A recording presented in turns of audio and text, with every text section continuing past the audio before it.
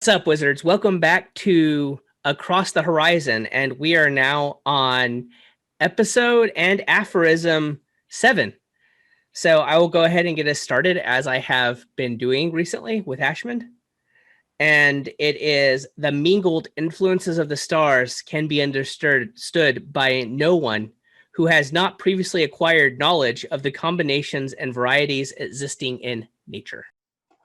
Yeah, I think this kind of harkens back to our earlier discussion of Platonic ideas, and they're talking about the idea of something in mind, in the event.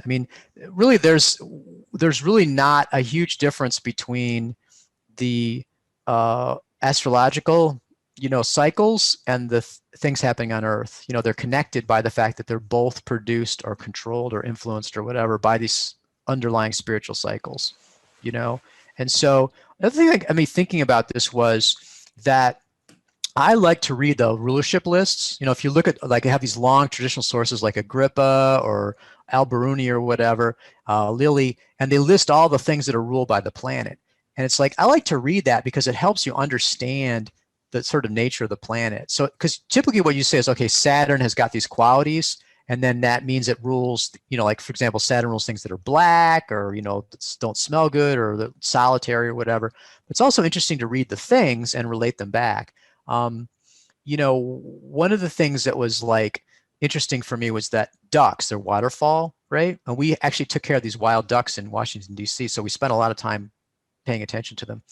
And that actually helped me learn about the moon, right? Because the moon's sort of nature is, personality is very mysterious. The sun is very obvious, bright, it's the light of the day, but the moon is sort of inherently mysterious. So it's interesting understanding ducks as being a lunar, sort of thing. It's like cats are also ruled by the moon and also by Saturn. Both the moon because their eyes change, and Saturn because they're sort of melancholy. But I think that's that interchange back and forth between the natural things and then the planets, and particularly through that idea of rulership, is very useful to understand. You can understand the planets better if you understand the rulerships. You understand the things ruled if you understand the planets. And ultimately, they're tied together by the fact that they really are just the branches, right, of this underlying root, right? And the root is those spiritual influences, and you think of it in a Hermetic sense or Taoist sense. The Tao creates the one creates the duality, and then the duality creates the three, and then that creates the 10,000 things. And so, ultimately, when we see there's a tendency to think, oh, the stars are causing or influencing. It's it goes back the other way too. There's the material things themselves also have an influence on the planets and the stars, and ultimately, like I said, they're all unified. And that's the wise man is the one that understands these intricate and occult, which just means hidden, interconnections of things, which come about because they're essentially codependent arising, and also because they're connected that way. So I think this is a very interesting philosophical passage, and it points up some really interesting truths about the nature of reality. So one of the things that I think is interesting about following the planetary lists is, here, we'll use an example for this. So for alchemy, something that I've always kind of wanted to get into, and I've gotten a little bit into laboratory alchemy, but not very, very much. What I found a little bit more appropriate as an entry point was traditional herbalism. And Matthew Wood wrote a book that is traditional Western herbalism. He's a very well-known herbalist, but he talks about plants within their systems. And of course, he's quoting people like the eclectics, but he also goes back to Culpeper a lot.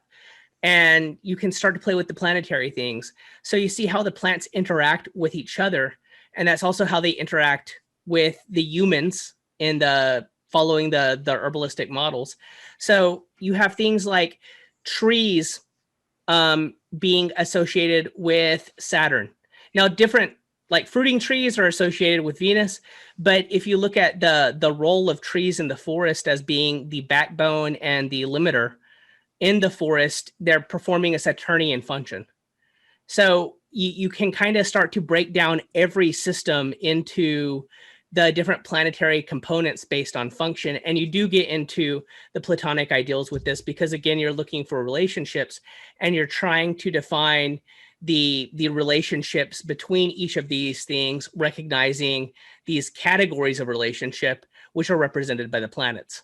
So it all comes up together because it, with Ashman, again, I'm going to go ahead and review it real quick.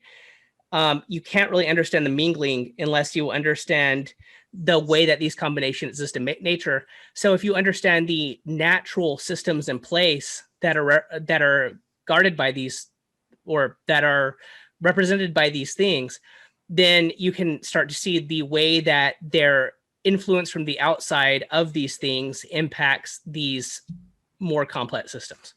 Right. I mean, I guess I would say is that there is always this view of causality that, that Mars is like beaming something at me and that's why I'm having trouble. I'm transit and he's messing me up. It's like, I'm pulled more to a view of that they're all cycling together. And so again, if you understand the interactions of the natural things, you can understand the corresponding interactions of the planets, the aspects or the house placement or whatever, whatever factors you're looking at. Because all these systems are interrelated, all these systems reflect each other, and everything is one great sympathetic, chain of influences and cycles. So I think that really does, like I said, point to these underlying unity that is the nature of spiritual unity. That really is the causal link for astrology. Absolutely. So that was a quick one. Yeah, there's not so much to say about that one. Nope. So maybe we'll have a longer discussion next week then. So see you guys and gals and everyone soon.